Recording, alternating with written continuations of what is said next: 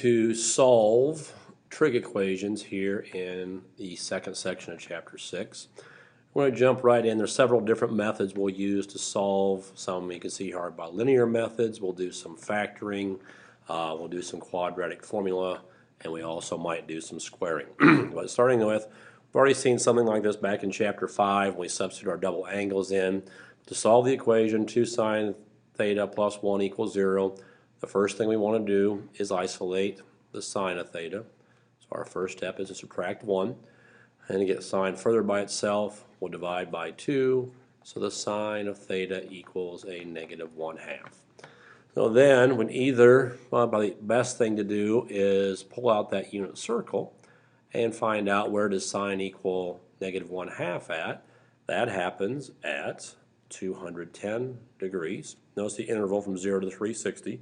And it also happens at 330 degrees. Then, letter B says for all solutions, well, if I put that on the coordinate plane here, I'll start with 210 right here. 210 would be this angle right here. That's where we have a negative 1/2. But if we went all the way around, we'd have that angle. Or if we went all the way around twice, we'd have that angle and so forth. So we have, for all solutions, 210 degrees plus 360 times n, just number of revolutions we're going to make. So the same thing would apply with 330 degrees. We keep going around a revolution, and n can be an integer, so we could go negative angles as well. But we're going to add 360 to get those coterminal angles. We'll move on right away here to solving the equation of square root of 3 times tangent minus 1 equals 0. Start the same way. We'll add 1 to both sides. So the square root of 3 times tangent equals 1. We'll divide by the square root of 3 to get tangent by itself. Tangent theta equals 1 over the square root of 3. If we rationalize the denominator, we get square root of 3 over 3. So between 0 and 360 degrees, tangent has a square root of 3 over 3 positive in the first quadrant at 30 degrees, and the third quadrant at 210 degrees. Now notice here, a little bit different. Our tangent is positive in quadrant 1 and quadrant 3. Well, quadrants 1 and 3 are separated by 180 degrees, so we can cut this one down for all solutions just a little bit and say 30 degrees plus 180 times n. Okay, so we're going around from 30, add 180, we get 210. We'd add 180, we get back to the first quadrant, and 180 back to the third quadrant, and so forth. So a little bit simpler version there for our all solutions because tangent is every 180 degrees. So a couple of quick examples there to get us started solving an equation, simple two-step algebra equations using our trig functions. Let's go back to the top here. It says to solve by factoring. So if we want to solve by factoring, we have to set our equation equal to 0. Sine theta times tangent theta minus sine theta equals 0. So I move this sign over by subtracting. We want to set it equal to 0, much like if we had x squared plus 5x plus 6 equal to 0, we could factor that as a pair of binomials and move forward. So I'm going to go this route first. This would be x plus 3 times x plus 2 equals 0. Here we have a greatest common factor of sine. We'd be left with tangent theta, minus 1 equals 0. As we did in algebra, we take each factor by itself and set it equal to 0 and go ahead and solve. So I'm going to repeat the process here. Sine theta equals 0. Tangent theta minus 1 equals 0. Over here on our unit circle, sine equals 0 at 0 degrees and at 180 degrees. And tangent, we have to go a step further. Tangent theta, I'll add 1 to both sides, equals 1. Tangent equals 1 at 45 degrees and in quadrant 3 at 225 degrees. Just looking right straight off our unit circle. So this time we have 4 answers, 0, 180, 45, and 225 as we go around our circle, unit circle, because of the factoring involved there. Have another factoring on here. Notice number 4 is a trinomial. So I'm going to set up my 2 blank sets of parentheses. To get tangent squared, I can take tangent times tangent. To get negative 2, I can take 2 times 1. I want a positive 1 in the middle, so my 2 is going to be positive, my 1 is going to be negative. We're set equal to 0. So each factor is set equal to 0. Tangent x plus 2 equals 0. Tangent x minus 1 equals 0. I'm going to start here because this one is on our unit circle. The tangent of x equals 1, or tangent of x equals 1 at 45 degrees, which is pi over 4, and at 225 degrees, which is 5 pi over 4. So notice our interval has changed to be in radians, which is going to complicate things just a little bit here for our other one. But if I subtract 2 from both sides, tangent x equals negative 2. You'll probably notice as you look around the unit circle, tangent does not equal negative 2. So that means I'm going to grab my calculator and I'm going to use the degree version first. So I'm in degrees, and I'm going to use inverse tangent of negative 2 to come up with our degree measure. So notice that's negative 63 degrees. Okay, I'm going to make life simple and say it's an even negative 63 degrees. Well, negative 63 degrees, first of all, is not a radian measure, so we could convert that over by multiplying by pi over 180. But more importantly, it doesn't fall between 0 and 2 pi, or in degree measures 0 and 360. So to make it a coterminal angle, I would add 360 degrees, so negative 63 degrees is the same thing as 297 degrees. Oh, just a sketch of that. Negative 63 would be down here, this angle right here. Well, we'll measure that as a positive angle, coterminal, way back from chapter 1 or 2, so that is a 297 degree angle. That falls between 0 and 360, or 0 and 2 pi, at least as a degree measure. We've already talked about the fact that tangent will also be negative in quadrant number 2, so from here we would take that 297 and subtract 180, so my other angle is 117 degrees. Now, as I mentioned earlier, we could multiply those by, let's go back, by pi over 180 to convert those to radian measures and have our other two answers. I'm going to go back to the calculator version. Now that we've walked through the entire step, I'm going to change my calculator to radian mode. And it didn't go down, so I need to go down again. Oops. There we are, so enter. And then I'm going to go back and type in the inverse tangent of negative 2. Again, gives me a negative angle. That angle will be in the fourth quadrant. So over here with the 2 with negative 63, we added 360. Well, instead of adding 360, I'm going to add, in terms of radians, I'm going to add 2 pi. So one of my answers is going to be 5.176. Okay, so I'm going to get rid of this. One answer is 5.176 radians. Notice that's the same thing as 297. So to get the other one, we subtracted 180. So I'm going to go back to my calculator and take that answer and subtract 180 degrees, which is the same thing as pi radians. And my other radian measure is 2.034. So there are our answers, 2 from the unit circle and 2 from the quadratic, or from the calculator, because negative 2 was not on the unit circle.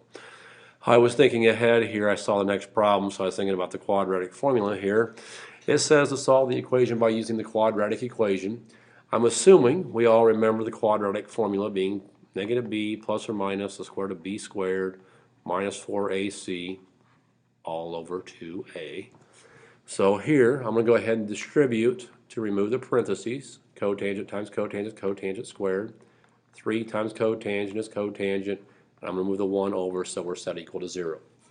So first of all, this is not factorable because there's nothing I can multiply together to get 3 that will get me, or multiply together to get 1 that will get me 3.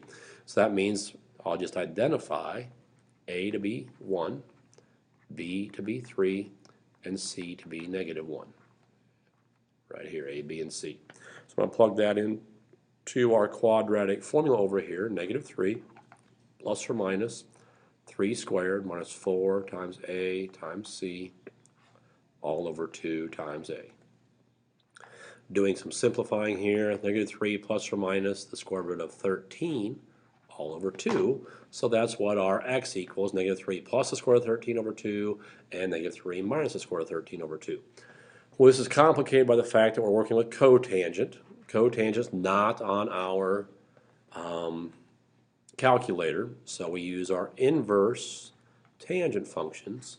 I'm going to go ahead and write this out. It'll be 1 over negative 3 plus the square root of 13 over 2, and the inverse tangent of 1 over negative 3 minus the square root of 13 over 2. Now when I pull up my calculator here, I'm going to shortcut that just a little bit because 1 divided by this fraction just means the fraction is flipped over as reciprocal. So I have second tangent of 2 divided by, and I have negative 3 plus the square root of 13. Now let's go ahead and do this. I'm going to make life simple here. So I'm going to do it from 0 to 360 rather than for all solutions, and definitely not in radians. So I'm going to go down here, back and change my calculator over to degrees. Before I hit enter, I've typed in the first part here, and I get, I'm going to make life simple and say 73 degrees. So I get an answer of 73 degrees. I'm going to put my answers up over here. So 73 degrees is one answer. Okay, 73 degrees is in quadrant number 1. So this function is also positive in quadrant number 4. So I would add 180 and get 253 degrees. So those are the answers from the first half. We have 2. Then I'll just repeat the process here. The inverse tangent of 2 divided by negative 3 minus the square root of 13. And that gets me negative 16 degrees. So as we talked about in the previous problem, negative 16 doesn't fall between 0 and 360. So I'll add 360 to make it a coterminal angle, and that will get me 344 degrees. So 344 degrees will be our angle in the fourth quadrant, which means I want to move 180 degrees away to the third quadrant or second quadrant and get 164 degrees. So there's our 4 answers by using the quadratic formula to solve rather than factoring. And it looks like we have one more here. We have tangent plus the square root of 3 equals a secant. It says to solve by squaring. So we're going to square both sides. That would give me tangent x plus the square root of 3 times itself. Tangent x plus square root of 3 equals secant squared. Or tangent squared x plus 2 square root of 3 times the tangent of x and plus 3 back equal to secant squared. Okay, so now notice we have 2 separate functions here. So I'm going to leave the tangent squared, the 2 square root of 3 times tangent and the plus 3. And I'm going to change secant squared to be 1 plus tangent squared. That way I have the same function all the way through. To solve, or we'll combine like terms, so I'll subtract 1 from both sides. Also subtract tangent squared from both sides. That way I have it set equal to 0 over here. Tangent squared minus tangent squared cancels out to be 0. 3 minus 1 is plus 2 equals 0. So I could go a step further and divide through by 2 here, and I have square root of 3 times a tangent plus 1 equals 0. Square root of 3 times tangent x equals negative 1. Divide by square root of 3. So tangent x equals negative square root of 3 over 3. Again, I'm shortcutting here, a little rationalize the denominator. These, or this answer is on our unit circle, occurs in quadrant number 2. Let's go between 0 and 360 again, just to make our life as simple as possible. So negative square root of 3 over 3 occurs at 150 degrees in quadrant number 2. Tangent is also negative in quadrant number 4, so that's going to occur at 330 degrees. Now this one, notice it says to solve for extraneous solutions, so we have to go back here and make sure that our angles both satisfy our equation here. I'm not big on space here, so I'm going to go with a tangent of 150 plus the square root of 3. Let's try that again. Equals the secant of 150. Okay, so the tangent of negative 150 is negative square root of 3 over 3.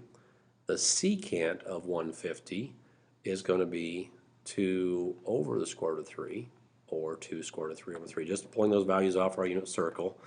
Again, I'm running out of space here, so I'm actually going to come up here and try and erase some of this so I have some room to work with.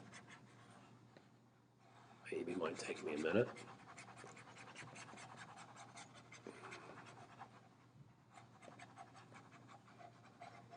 So we'll do some math here with this equation. I have negative square root of 3 over 3 plus square root of 3, I'll put that over 1 for just a visual effect, and 2 square root of 3 over 3 negative for our secant of 150. Again, those values are coming straight off the unit circle, so I will rewrite this as 3 over 3, and negative 1 square root of 3 minus or plus 3 square root of 3 is 2 square root of 3 over 3. Does that equal negative 2 square root of 3 over 3?